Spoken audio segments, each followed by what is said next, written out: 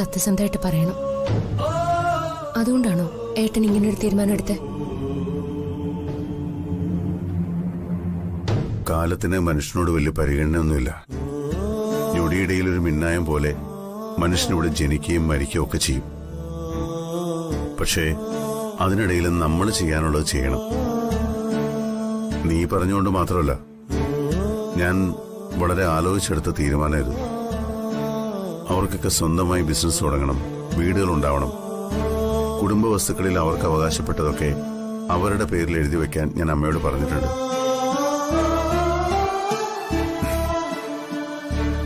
ജ്യോതി, ഞാൻ നിന്നോടൊരു കാര്യം ചോദിക്കട്ടെ? എന്താ ഏട്ടാ?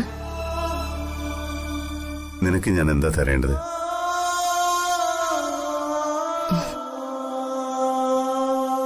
പറ. എനിക്കൊന്നും വേണ്ട. ഏട്ടന്റെ തോളിൽ ഇങ്ങനെ ജീവിതകാലം മുഴുവൻ തല ചായ്ച്ചിരിക്കാനുള്ളൊരു ഭാഗ്യം തന്നാൽ മാത്രം മതി എനിക്ക്. മറ്റൊന്നും ഈ ജന്മത്തെനിക്ക് വേണ്ട.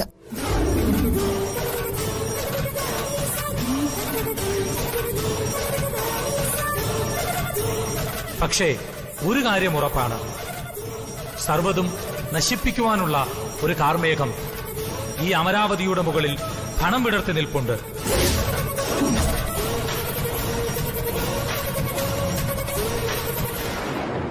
ജ്യോതി,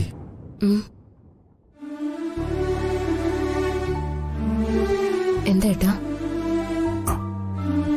നീ ഇങ്ങനെ അടുത്തിരിക്കുമ്പോ എന്റെ മനസ്സിനൊരു ശാന്തതയുണ്ട്, സമാധാനമുണ്ട്. ഏട്ടൻ എന്തിനെങ്കിലും പേടിയുണ്ടോ? ഏയ്. ഏട്ടാ, ആ MP വിഘ്നേശ്വരനെയോ അതോ അവിനേഷിന്റെ തിരിച്ചുവരവോ? ഏയ്, അതൊന്നുമല്ല. നിനക്കതൊക്കെ വെറുതെ തോന്നുന്ന. ഈ ഞാനിങ്ങനെ ആരുടെയെങ്കിലും മുന്നിൽ പേടിച്ചു നിൽക്കുമെന്ന് നിനക്ക് തോന്നുന്നുണ്ടോ? ആരുടെ ഭീഷണിക്ക് മുമ്പിലും ഇന്ന് വരെയും മുട്ടുമടക്കിയിട്ടില്ല, തല താഴ്ത്തിയിട്ടില്ല, നിവർന്ന് നിന്നിട്ടേ ഉള്ളൂ എന്നും. ആ ഞാൻ ഇവരെ പേടിക്കാനോ? ഒരിക്കലുമില്ല.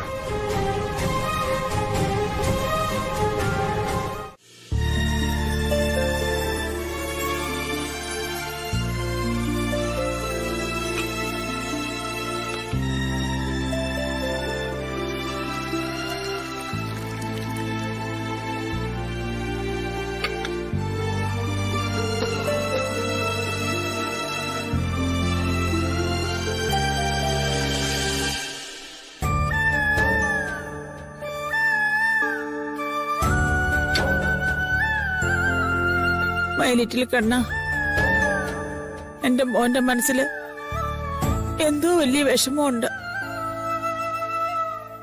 അതെന്താണെന്ന് അവനോട് തുറന്ന് പറയുന്നുമില്ല. ഞാൻ എങ്ങനെയാ അവനോട് ചോദിക്കുന്നത്? ചോദിച്ചാൽ തന്നെ ഞാൻ വിഷമിക്കുന്നു കരുതി അവനോട് പറയേയില്ല. മൈലിറ്റിൽ കണ്ണ, എന്റെ ഗുരുവായൂരപ്പ. അമ്മ എന്തോ കാര്യമായിട്ട് പ്രാർത്ഥിക്കുകയാണല്ലോ? അതേടാ, കാര്യമായിട്ട് തന്നെയാ പ്രാർത്ഥിച്ചത്. നിന്റെ മനസ്സിലെ സങ്കടങ്ങളൊക്കെ മാറി നീ ആഗ്രഹിക്കുന്നത് പോലെ കാര്യങ്ങളൊക്കെ ആയി തീരണേന്ന് ഞാൻ കണ്ണനോട് പ്രാർത്ഥിച്ചതാ. ഇന്നു മുതല് അമ്മ കണ്ണനോട് എന്നും പ്രാർത്ഥിക്കുന്ന പോലെ പ്രാർത്ഥിച്ചാ പോരാ. പിന്നെ അമ്മയുടെ പ്രാർത്ഥന കുറച്ചുകൂടി ശക്തമായിട്ട് വേണം. നീ എന്തൊക്കെയാ മഹേശൻ പറയുന്നത്? ജീവിതം ഒരു മഹാരണം പോലെയാണമ്മേ. ഏതു നിമിഷവും എന്തും സംഭവിക്കാം. ഇന്നത്തെ ഈ അവസ്ഥയിൽ തന്നെ നാളെ നമ്മളൊക്കെ ഇവിടെ ഉണ്ടാവുമോ എന്നതിന് ഒരുറപ്പുമില്ല.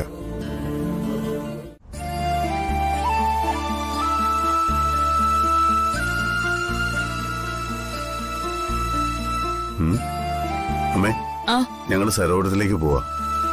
Very good. അവിടെ പ്രത്യേകിച്ച് ചടങ്ങുകളൊന്നും ഇല്ലല്ലോ അല്ലേ? ഇല്ല. നാളെ ഞങ്ങൾ ക്ഷേത്രത്തിൽ എത്തിക്കോളാം. അമ്മയ്ക്കും കൂടി വരായിരുന്നു. വരുന്നതിന് മടി ഉണ്ടായിട്ടല്ല പേട്ടി. ഞാൻ പറഞ്ഞില്ലേ, കാലിന്റെ മുട്ടുവേദന വല്ലാതെ തന്നെ അലട്ടുന്നുണ്ട്.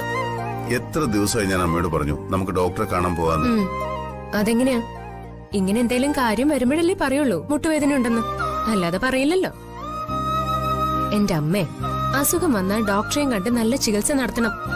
അല്ലാതെ ഒന്നും ഇങ്ങനെ മറച്ചു വെക്കരുത്. അതൊന്നും സാരമില്ല ബേട്ടി. നിങ്ങൾ പോയി അവിടുത്തെ കാര്യങ്ങളൊക്കെ നന്നായി നോക്ക്.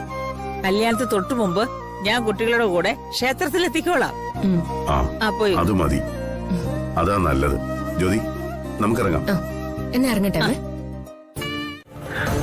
കല്യാണത്തിന്റെ മുഹൂർത്തത്തിന് ഞാൻ അവിടെ എത്തിയിരിക്കും. DK, welcome welcome my dear. നാളെ നീ വരുമെങ്കിൽ നമുക്കൊരു കലാശക്കളി കളിച്ചു നോക്കാം. ഒന്ന് ഞാൻ പറയാം അവിനാഷ്, പ്രിയയുടെ കല്യാണം നടക്കുന്ന ക്ഷേത്രത്തിന്റെ പരിസരത്ത് നീ വന്നാൽ ജീവനോടെ നീ തിരിച്ചു പോവില്ല.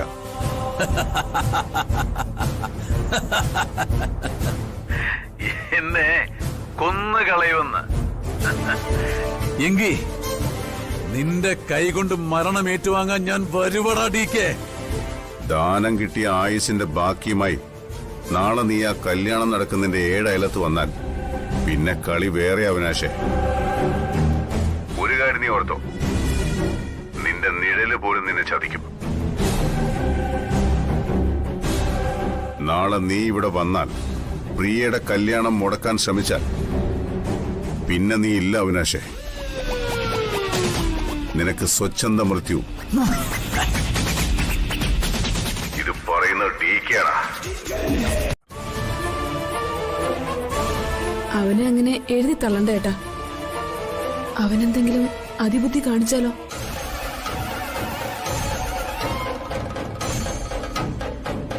അവൻ ഒരു അതിബുദ്ധിയും കാണിക്കാൻ പോകുന്നില്ല. മാനസികമായി എല്ലാവരെയും സമ്മർദ്ദത്തിലാക്കാനുള്ള അവന്റെ വേലകൾ ഇതൊക്കെ. മോള് പറഞ്ഞ ശരിയാ. അവനിനി എന്തായാലും ഉടനെ ഒന്നും 2 കാലിൽ എഴുന്നേറ്റ് നിൽക്കുമെന്ന് തോന്നുന്നില്ല. ഇത് നീ ഉണ്ടാക്കിയ ചായയാണോ? അതെ ഏട്ടാ. എന്താ ഇപ്പൊ അങ്ങനെ ചോദിക്കാൻ? അല്ല, എന്റെ ഭാര്യ പൂർവാധിക ശക്തിയോടെ ആരോഗ്യം വീണ്ടെടുത്തു എന്നുള്ളത് നല്ല കാര്യമല്ലേ? എന്നെ അടുക്കളയിൽ നിന്ന് ഇറക്കി വിട്ടിട്ടാ ഇവള് ചായ ഇടാൻ കയറിയത്.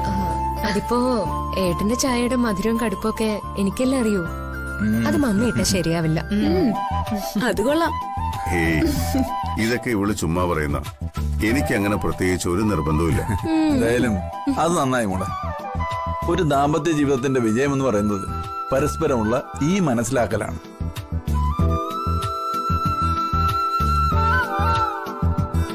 ഭർത്താവിന്റെ ഇഷ്ടങ്ങൾ ഭാര്യയും ഭാര്യയുടെ താല്പര്യങ്ങൾ ഭർത്താവും മനസ്സിലാക്കുമ്പോഴാണ് ജീവിതം സന്തോഷകരമാകുന്നത്.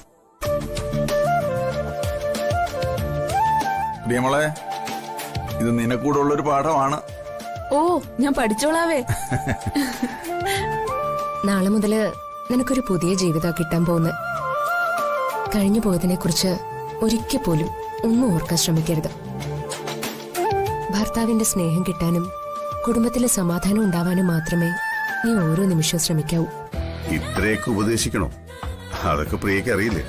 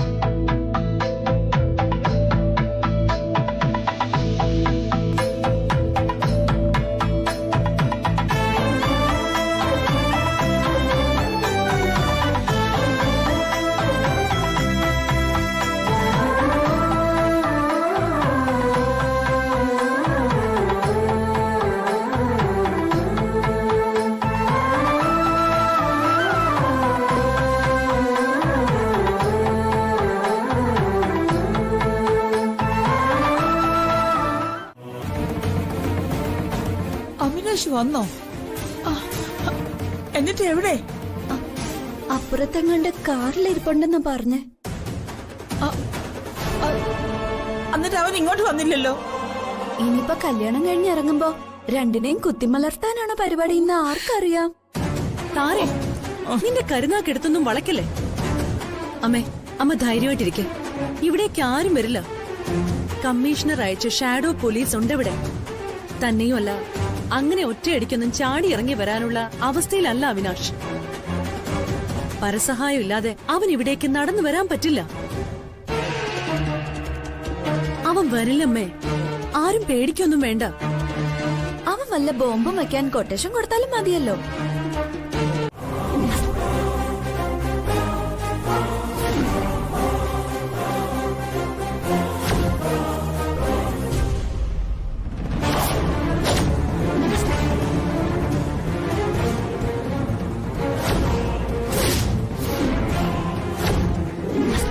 ഓക്കെ, ഞാൻ വിളിക്കാം.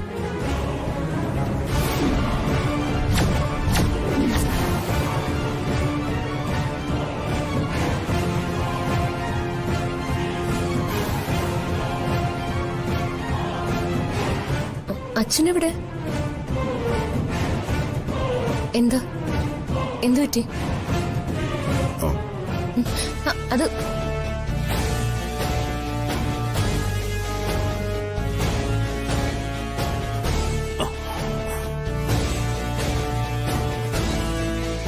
ജ്യോതി, നമുക്ക് പോവാം. നീ പെട്ടെന്ന് വാ. എന്താ ഒരു വെപ്രാളം പോലെ? അതൊക്കെ ഉണ്ട്, പറയാം. അവരോട് പറഞ്ഞിട്ട് താൻ വേഗം വാ.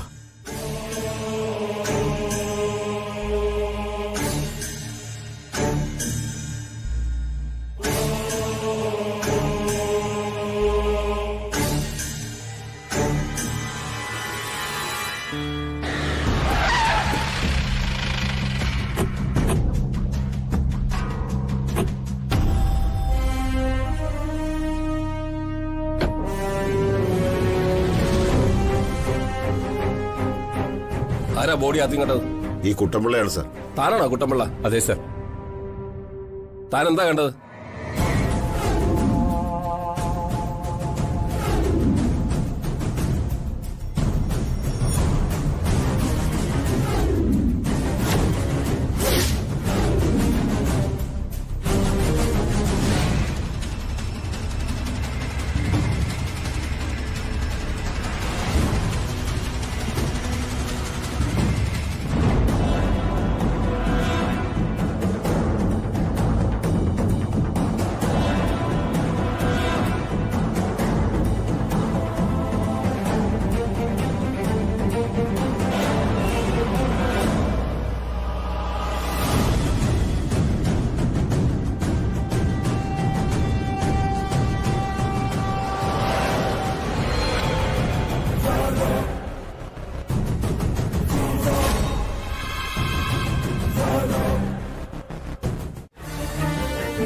എന്താ പ്രകാശേട്ടാ, എന്താ ഒരു ടെൻഷൻ?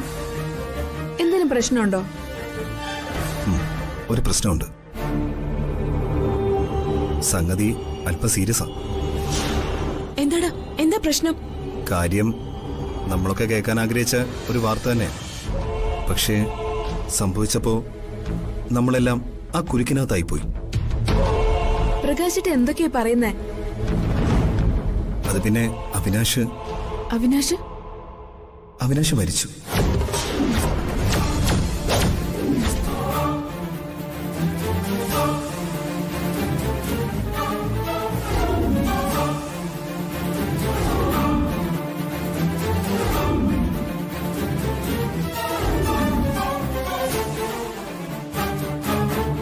പക്ഷേ അത് വെറൊരു മരണമല്ല, കൊലപാതകമാണെന്നാ പറയുന്നേ.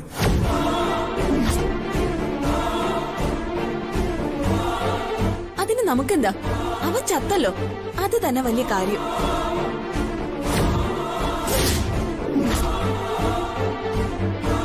അതിനകത്ത് വേറൊരു പ്രശ്നമുണ്ട് ചേച്ചി. എന്ത് പ്രശ്നം? എന്താണ് പ്രശ്നമെന്ന്? നമ്മുടെ കല്യാണം നടന്ന ക്ഷേത്രത്തിൽ വെച്ച അയാൾ കൊല്ലപ്പെട്ടത്.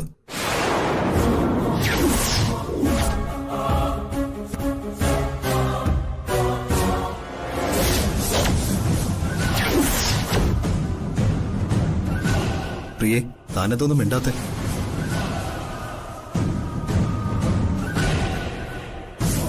അയാളെ കൊല്ലണമെന്ന് ഞാൻ ഒരുപാട് തവണ ആഗ്രഹിച്ചിട്ടുണ്ട്. പ്രകാശേട്ടാ, ആരാ അയാളെ കൊന്നേന്ന് എന്തെങ്കിലും അറിഞ്ഞോ? അതറിയില്ല. പക്ഷേ നമ്മളെല്ലാം സംശയത്തിന്റെ നിഴലിലാണെന്നാ പോലീസ് പറയുന്നത്.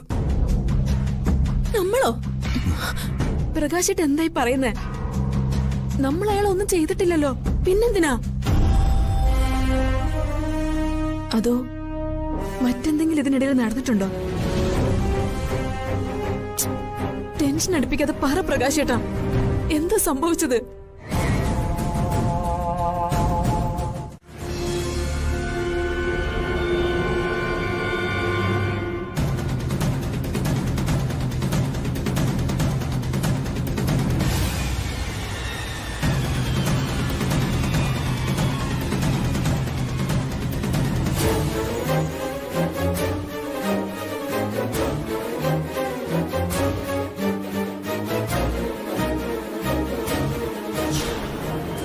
ഏട്ടാ, ഇനിയും ഏട്ടൻ എന്തെങ്കിലും അബദ്ധം? എന്താ ഏട്ടാ യഥാർത്ഥത്തിൽ സംഭവിച്ചത്? അവിനാശ് ഇങ്ങനെ മരിച്ചേ? ഞാനൊന്നും അറിഞ്ഞിട്ടില്ല. കൊല്ലാൻ പലതവണ അവസരം കിട്ടിയിട്ടും ഞാൻ അവനെ കൊന്നില്ല. പക്ഷെ ഇപ്പൊ ഇതെങ്ങനെ സംഭവിച്ചുവെന്ന് ഒരു പിടിയും കിട്ടുന്നില്ല.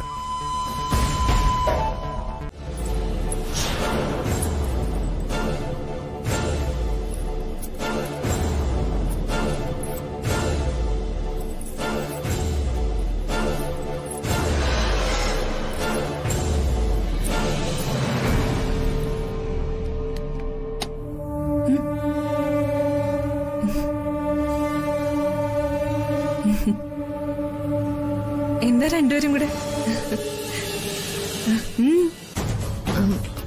ചിത്രയും, എനിക്ക് ഒരു കാര്യം പറയാനുണ്ടായിരുന്നു. എന്താ? അയാള് വീണ്ടും എന്തെങ്കിലും പ്രശ്നം ഉണ്ടാക്കിയോ? ഇല്ല, പ്രശ്നമൊന്നും ഉണ്ടാക്കിയില്ല. കല്യാണ സ്ഥലത്ത് വന്നിട്ട് അയാൾ ഒന്നും ചെയ്തില്ലല്ലോ. ഇന്ന് കല്യാണം മുടങ്ങിയിരുന്നെങ്കിൽ എന്താ സംഭവിക്കാന്നുള്ള പേടി കാണും. പിന്നെ വാശി കാണിക്കാൻ അവിടം വരെ വന്നേ ഉള്ളൂ.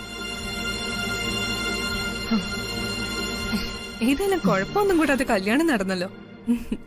അതിന് ദൈവത്തിനോട് നന്ദി പറയണം. കുഴപ്പമുണ്ട് ചിത്ര. എന്ത് കുഴപ്പം ജ്യോതി? ഞാൻ പറയുന്നത് നീ ഒന്ന് സമാധാനത്തോടെ കേൾക്കണം. നിങ്ങൾ കാര്യം എന്താന്ന് വെച്ചാ പറ. അയാള് പിന്നെ ഉപദ്രവിച്ചോ? ഇല്ല, അതൊന്നുമല്ല. കഷ്ടം.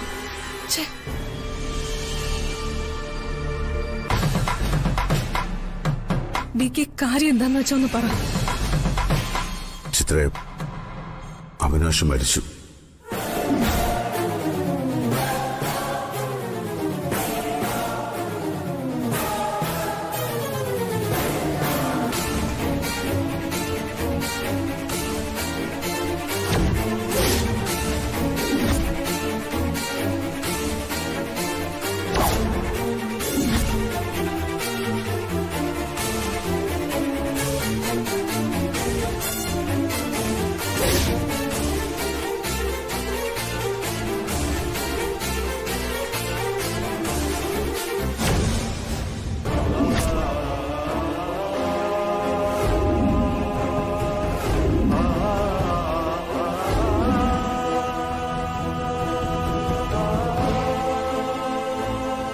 എന്താ സംഭവിച്ചെന്നറിയില്ല. പക്ഷെ മരിച്ചു എന്നുള്ളത് സത്യം തന്നെയാ. അപ്പൊ അത് തീർന്നു അല്ലേ? നീ എന്താ ഒന്നും മിണ്ടാതിരിക്കുന്നേ? എടാ, നീ ചിത്ര അടുത്തേക്ക് ചെല്ല്. നീ അവളെ ഒന്ന് ആശ്വസിപ്പിക്കേ. എനിക്കൊന്നിനും പറ്റുന്നില്ല ശ്രീയേട്ടാ. ഞാൻ അവളോട് എന്ത് ആശ്വാസവാക്ക് പറയാനാ? അവളും അവിനാശും തമ്മിലുള്ള പ്രശ്നങ്ങളൊക്കെ നമുക്കും അറിയാവുന്നതല്ലേ. അവളും ഇപ്പോ അവിനാശിന്റെ ശത്രുപക്ഷത്തായിരുന്നല്ലോ. എടാ, എന്തൊക്കെ പറഞ്ഞാലും ചിത്രയുടെ സഹോദരൻ അവിനാശ്. അവക്ക് സങ്കടമില്ലാതിരിക്കോ? എന്നാലും ഇതാരായിരിക്കും ചെയ്തത്? അതറിയണമെങ്കിൽ ഒരു വഴിയേ ഉള്ളൂ. അയാളുടെ സഹായി ആ ജാവേദിനെ പൊക്കണം. അവനെ കണ്ടെത്തിയാലേ ബാക്കി കാര്യങ്ങൾ അറിയാൻ പറ്റൂ. അതിന് അവൻ എവിടെ പോയി തപ്പം നമ്മള്? അതൊക്കെ പോലീസ് ചെയ്തോളും. എന്തായാലും ഇതൊരു കുരുക്ക. അവിനാഷ് കല്യാണ സ്ഥലത്ത് വെച്ച് കൊല്ലപ്പെടുക എന്ന് പറഞ്ഞ അതിന് നമ്മളെ എല്ലാവരെയും പോലീസിന് സംശയിക്കാം. കാരണം അവിനാഷിനോട് ശത്രുത ഉള്ളവരാ നമ്മളെല്ലാവരും. അതെല്ലാവർക്കും അറിയുകയും ചെയ്യാം. അതിന് അവിനാഷിനെ ആരെങ്കിലും കൊന്നതാണോ മറ്റെന്തെങ്കിലും പറ്റിയതാണോ എന്നൊന്നും ഇതുവരെ അറിഞ്ഞിട്ടില്ലല്ലോ. അതറിയണമെങ്കിൽ പോസ്റ്റ്മോർട്ടം റിപ്പോർട്ട് വരണം. അതെ, പോസ്റ്റ്മോർട്ടം റിപ്പോർട്ട് വരുന്നവരെ നമ്മൾ കാത്തിരുന്നേ പറ്റൂ. ബാലു പറഞ്ഞതുപോലെ ഇതൊരു കുരുക്കാവാനും സാധ്യതയുണ്ട്. നമ്മളെ കുരുക്കാൻ ഇനി ആരെങ്കിലും മനഃപൂർവ്വം ചെയ്തായിരിക്കോ? അതും തള്ളിക്കളയാൻ പറ്റില്ല. എന്നാലും ആദ്യം പോലീസ് സംശയിക്കുന്നത് നമ്മളെ തന്നെ ആയിരിക്കും. ഡ്യൂട്ടിയിലുള്ള ഒരു പോലീസ് ഓഫീസറാണ് ദുരൂഹ സാഹചര്യത്തിൽ മരിച്ചിരിക്കുന്നത്. പോലീസ് ഡിപ്പാർട്ട്മെന്റ് വെറുതെ അങ്ങനെ കൈയും കെട്ടി നോക്കിയിരിക്കില്ല. അവര് കാര്യമായിട്ട് തന്നെ അന്വേഷിക്കും. ചിലപ്പോ കേസ് ക്രൈംബ്രാഞ്ച് അന്വേഷിക്കാനും സാധ്യതയുണ്ട്. ക്രൈംബ്രാഞ്ചോ ലോക്കൽ പോലീസോ ആരെങ്കിലും അന്വേഷിക്കട്ടെ. നമ്മൾ ആരും അവനൊന്നും ചെയ്തിട്ടില്ലല്ലോ. പിന്നെന്തിനാ നമ്മൾ പേടിക്കുന്നത്? അത് നമുക്കല്ലേ അറിയൂ.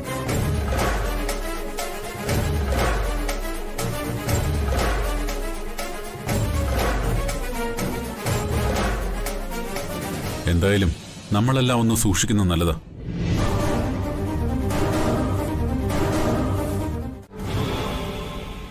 എന്തായി തീരുമാനം? ബോഡി ഏറ്റുവാങ്ങി അടക്കാൻ തന്നെയാ തീരുമാനം. കർമ്മങ്ങളൊക്കെ ബാലു ചെയ്യും. മരണത്തെക്കുറിച്ച് എന്തെങ്കിലും സൂചന കിട്ടിയോ? ചെറിയൊരു സൂചന കിട്ടിയിട്ടുണ്ട്. അവിനാഷിന്റെ ഉള്ളിൽ മദ്യത്തിൽ കലർന്ന് എന്തോ മാരകമായ വിഷം ചെന്നിട്ടുണ്ട്. അതാണ് മരണകാരണമെന്ന പ്രാഥമിക നിഗമനം. പോസ്റ്റ്മോർട്ടം കഴിഞ്ഞാലേ ഡീറ്റെയിൽ ആയി പറയാനാവൂ. ആരാണ് ചെയ്തതെന്ന് എന്തെങ്കിലും സൂചന? DK, സംഗതി സീരിയസാ. ACP അന്നാമേരി ജോണിനാണ് അന്വേഷണ ചുമതല. അവരെക്കുറിച്ച് അറിയാലോ. എള്ളിട കയറി പരിശോധിക്കും. ആരോടും ഒരു കോംപ്രമൈസും ഇല്ലാത്ത ആളാ അവർ. കേസിൽ അവരാരെയൊക്കെ സംശയിക്കുന്നു നമുക്ക് പറയാൻ പറ്റത്തില്ല. ഒരുപക്ഷെ താനുമായി ബന്ധപ്പെട്ട എല്ലാവരും ഉണ്ടാവും. ഏത് നിമിഷവും ചോദ്യം ചെയ്യാൻ അവർ ഇവിടെ കയറി വരും. അതൊന്നും എനിക്ക് തടയാൻ പറ്റില്ല. തടയണമെന്ന് ആര് പറഞ്ഞു? അവര് വരട്ടെ, ചോദിക്കാനുള്ളതൊക്കെ ചോദിക്കട്ടെ. പക്ഷേ സത്യത്തെ വളച്ചൊടിക്കാനൊന്നും പറ്റില്ലല്ലോ. വളച്ചൊടിക്കേണ്ട ഒരു കാര്യവുമില്ല. ഇപ്പൊ തന്നെ തെളിവുകളെല്ലാം തനിക്കും തന്റെ വീട്ടുകാർക്കും എതിരാ.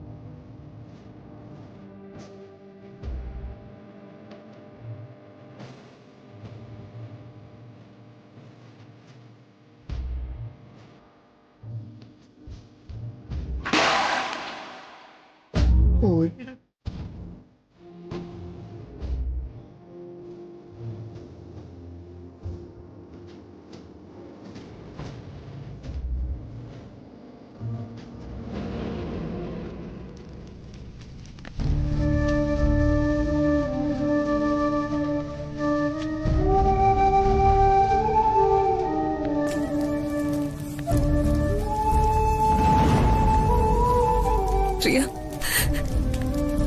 ഇനി നിനക്ക് സമാധാനായിട്ട് ജീവിക്കാം.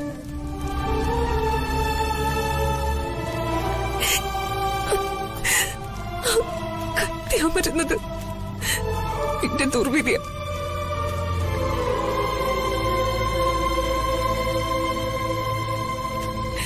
സന്തോഷായിട്ട് നിനക്കിനി ഒരു കുടുംബജീവിതം നയിക്കാം.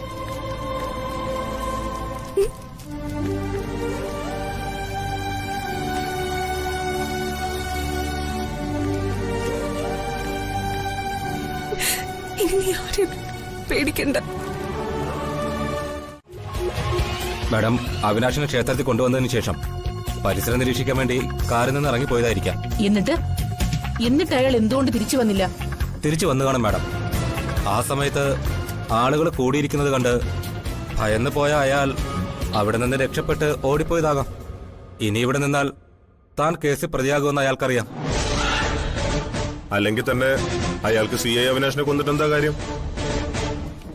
സ്റ്റേഷനിൽ കയറി DKയും അനന്തരവന്മാരും കൂടി CI അവിനാശിനെ കൊല്ലാൻ ശ്രമിച്ചത് മുതൽ ആദ്യ ഹോസ്പിറ്റലിലും പിന്നെ വൈദ്യനെ കൊണ്ടുവന്ന അവിനാശിനെ പഴയ നിലയിലാക്കാൻ മുൻകൈയെടുത്തതുമെല്ലാം ഈ ജാവേദ് ഷാജിയായിരുന്നു.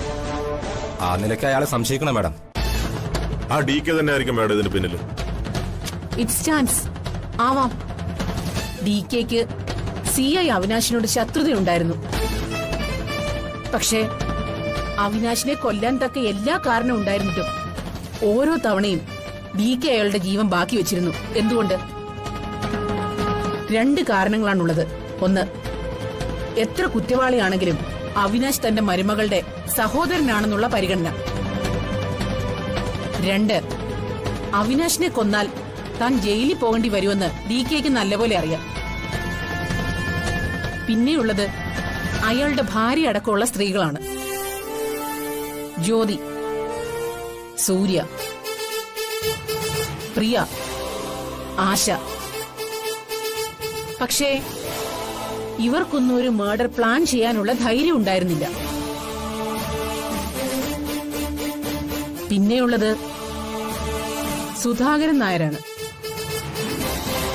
ഇയാൾക്ക് എന്തായിരുന്നു ജോലി? ഇയാളൊരു പത്രത്തിന്റെ പ്രൂഫ് റീഡർ ആയിരുന്നു madam. Proof reader.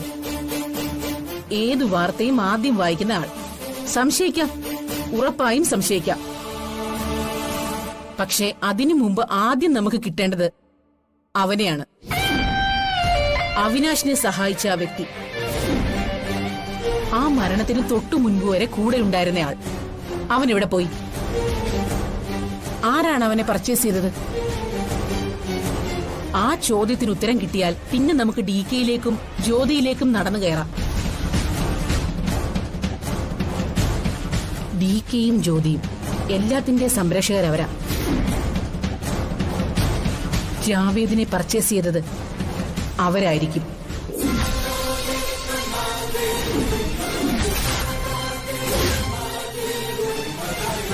Madam, postmortem report അനുസരിച്ച് CI അവിനാശ് കഴിച്ച മദ്യത്തിലാണ് വിഷം കലർന്നിരിക്കുന്നത്. മദ്യക്കുപ്പിയും ബിവറേജിന്റെ ബില്ലും നമുക്ക് വണ്ടിയിൽ നിന്ന് കിട്ടിയിട്ടുണ്ട് മാഡം. Then who? ആരാണ് മദ്യത്തിൽ വിഷം കലർത്തിയത്? ആ CCTV ഫുട്ടേജ് കിട്ടിയോ? ഇല്ല മാഡം. വൈ? അവിടുത്തെ CCTV കേടായിട്ട് കുറച്ച് നാളായി മാഡം. തൊട്ടടുത്തൊന്നും വേറെ CCTV ഇല്ലേ? ഇല്ല മാഡം. ഒന്നുകൂടി ഒന്ന് അന്വേഷിക്കടോ. ആരുടെങ്കിലും വീട്ടിലോ വല്ല കടയിലോ എന്തെങ്കിലും എവിഡൻസ് കിട്ടുമോ നോക്കാം. നോക്കാം മാഡം. ആരാ ഈ ഹരികുമാര മേനോൻ? എന്തേ അയാളുടെ പേര് ഇതിലില്ലാതെ പോയത്? ഒരു വലിയ ലിങ്കാണ് നിങ്ങൾ മിസ് ചെയ്തത്. സ്വന്തം മകൻ കൊല്ലപ്പെട്ടതിന്റെ വൈരാഗ്യം അവിനാശിനോട് അയാൾക്കുണ്ടാവില്ലേ? വിളിപ്പിക്കണം. അയാളെ മാത്രമല്ല, ആ സുധാകരൻ നായരെയും. സ്വന്തം മകൾ സമാധാനത്തോടെ ജീവിക്കാൻ വേണ്ടി ഏതൊരച്ഛനും വേണമെങ്കിൽ മകളുടെ പൂർവ്വകാമുകനെ ഒഴിവാക്കാൻ ഇതുപോലൊരു പദ്ധതി ആസൂത്രണം ചെയ്യാം. കറക്റ്റ് അല്ലേ? അതെ മാഡം. Then cook. നമുക്കാദ്യം അവരിൽ നിന്ന് തുടങ്ങാം.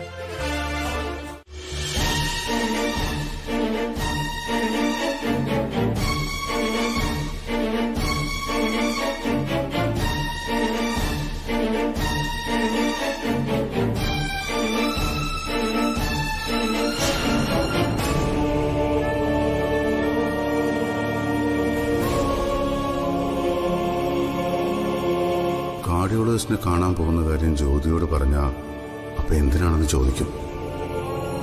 ECG വേരിയേഷൻ ഉണ്ടെന്ന കാര്യം ജ്യോതിയോട് എങ്ങനെ പറയും?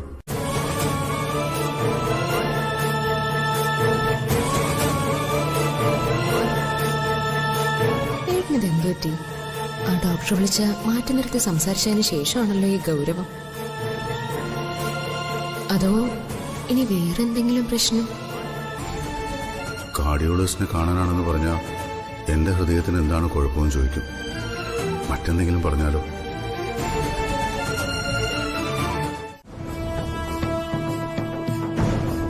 ഇരിക്കിരിക്കെ. പത്രത്തിലായിരുന്നു അല്ലേ ജോലി? അതെ. നിങ്ങൾ പട്ടാളത്തിലായിരുന്നല്ലേ? അതെ. അപ്പോ ഒരാളെ കൊല്ലാനുള്ള ധൈര്യം ഉണ്ടാവും. പട്ടാളക്കാരൻ കൊല്ലുന്നത് രാജ്യത്തിന് വേണ്ടിയാ സാറേ. അവിനാശിനെ കൊന്നതും രാജ്യത്തിന് വേണ്ടിയാണോ? മകനെ കൊന്നതിനുള്ള പ്രതികാരമല്ലേ? ഞാൻ കൊന്നിട്ടില്ല. കൊന്നെങ്കിൽ അത് ഏറ്റെടുക്കാനും എനിക്ക് മടിയില്ല. ഞാൻ ഈ നാട്ടിലെ നിയമവ്യവസ്ഥയെ ബഹുമാനിക്കുന്നവനാ. അവിനാശിനെ കൊല്ലാൻ പോയിട്ട് കിട്ടിയത് ഷാജിയെ. അവനിട്ട് ശരിക്കും കൊടുത്തു അല്ലേ? കൊടുത്തു സാറേ. അന്ന് ആ അവിനാശിനെ കിട്ടിയിരുന്നെങ്കിൽ കൊന്നേനെ ഞാൻ. എന്റെ മകളെ അത്രയ്ക്ക് ദ്രോഹിച്ചിട്ടുണ്ടവൻ. അപ്പൊ അവിനാശിനെ കൊല്ലാൻ നിങ്ങൾ ആഗ്രഹിച്ചു? വളരെ ബുദ്ധിപരമായിട്ടാണ് നടപ്പിലാക്കിയതല്ലേ? ഇനി അത് എങ്ങനെയാണെന്ന് കൂടി പറഞ്ഞു കഴിഞ്ഞാൽ നമുക്ക് പെട്ടെന്ന് പണി അവസാനിപ്പിക്കാം. മാഡം വന്നു കഴിഞ്ഞാൽ സംഗതി സീരിയസ് ആവും. അതിനു മുമ്പ് ഉള്ള സത്യം ഞങ്ങളോടങ്ങ് പറഞ്ഞേക്ക്. അതാ നല്ലത്.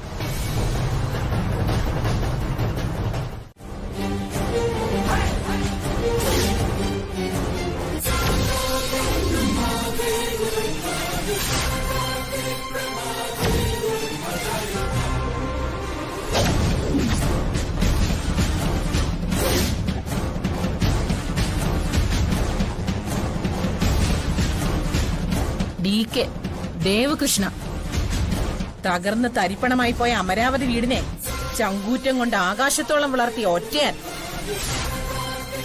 മക്കൾക്കും മരുമക്കൾക്കും താങ്ങും തണലുമായ അമ്മായച്ചൻ. അമരാവതിയുടെ നെടുന്തൂൺ. ജ്യോതി DKയുടെ ഭാര്യ. നിന്റെ അനിയത്തിക്ക് വേണ്ടിയാണ് CI അവിനാശിനെ DK സ്റ്റേഷനിൽ കയറി കൈയും കാലും തല്ലി ഒടിച്ചത്. പിന്നെ ഇപ്പൊ കൊന്നുകളഞ്ഞതും. എന്റെ ഏട്ടൻ ആരെയും കൊന്നിട്ടില്ല. അത് നീയാണോടി തീരുമാനിക്കുന്നത്? ഇയാളല്ലെങ്കിൽ പിന്നെ നീയാണോ കൊന്നത്? ഞാൻ ആരെയും കൊന്നിട്ടില്ല. ഓഹോ, ഞാൻ കൊന്നിട്ടില്ല എന്ന് പറഞ്ഞാൽ മറ്റാരെങ്കിലും കൊന്നതാവാം.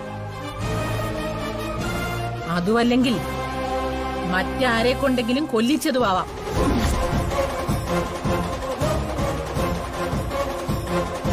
അപ്പോ കൊട്ടേഷൻ കൊടുത്ത് കൊല്ലിച്ചതാണ്.